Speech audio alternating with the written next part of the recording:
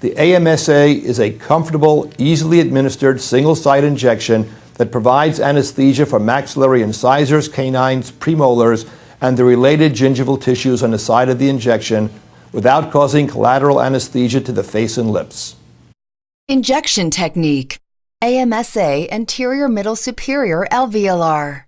Before you begin, verify the wand system is set to STA mode. It is recommended that you use the 30-gauge 1/2-inch bonded wand handpiece for this injection. Please note, it is critical to use the STA mode for this injection to ensure that a safe and controlled flow rate is maintained throughout this injection. Delivering an anesthetic at a faster rate than the controlled flow rate can result in adverse tissue reactions and tissue damage. Make sure the aspiration feature is on, as an aspiration test may be performed during the anesthetic delivery. The injection site for the AMSA is identified at a small area along an imaginary line which bisects the premolars and is midway between the free gingival margin and the mid-palatine suture. This landmark may vary somewhat depending upon the anatomy of the palatal vault of the patient. More appropriate description of the point of needle insertion is the small area found to be bisecting the premolars at the junction of the horizontal and vertical components of the palate. Step 1. Start by gently placing the bevel of the needle against the surface of the palate. This is achieved by holding the handpiece at approximately a 45-degree angle to the palatal surface. Step 2. Stabilize the needle by applying pressure from the cotton applicator. It's best to use a wooden handle cotton applicator so that adequate pressure can be applied. The applicator absorbs any excess anesthetic and makes for more comfortable needle entry. Step 3. You will now initiate cruise control by depressing the foot pedal and counting 3 audible beeps. After the 3rd beep, the wand system will announce the word cruise. Upon hearing this announcement, remove your foot from the top of the foot control pedal. You will find that wand system will continue to beep, indicating anesthetic solution is continuing to flow. The technique of allowing anesthetic to contact and diffuse through the outer layers of tissue will produce a topical anesthetic effect numbing the surface. Do not allow the needle to puncture the tissue at this time. Continue to allow the needle to stay on the surface for another 4 beeps before initiating needle penetration. Step 4. Rotate the handpiece back and forth using the birotational insertion technique with slight forward movement to allow a shallow puncturing of the tissue to a depth of 1 to 2 millimeters. Then, stop forward movement and allow the wand system to continue to deposit anesthetic for an additional 4 beeps before any further penetration of the tissue. You have just performed what is called the pre-puncture technique. Step 5.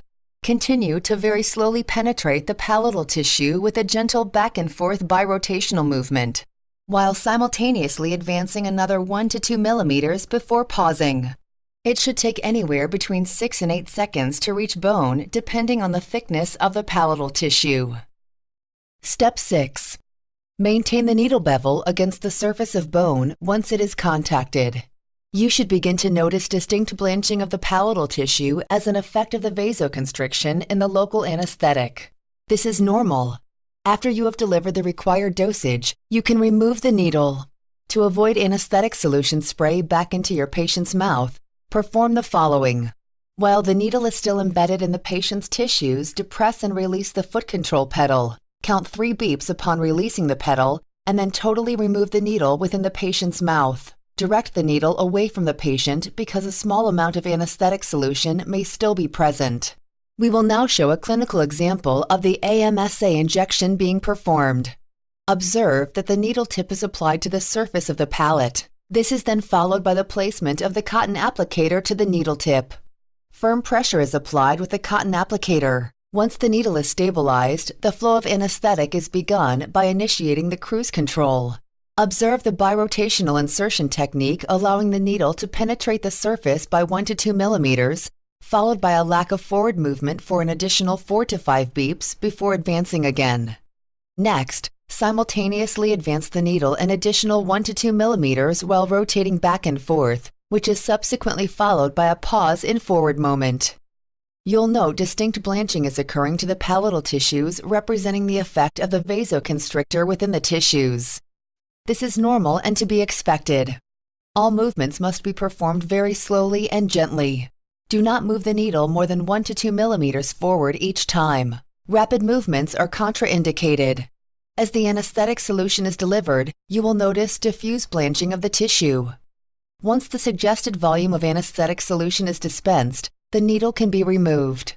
Observe the needle removal technique. First, depress and release the foot control pedal.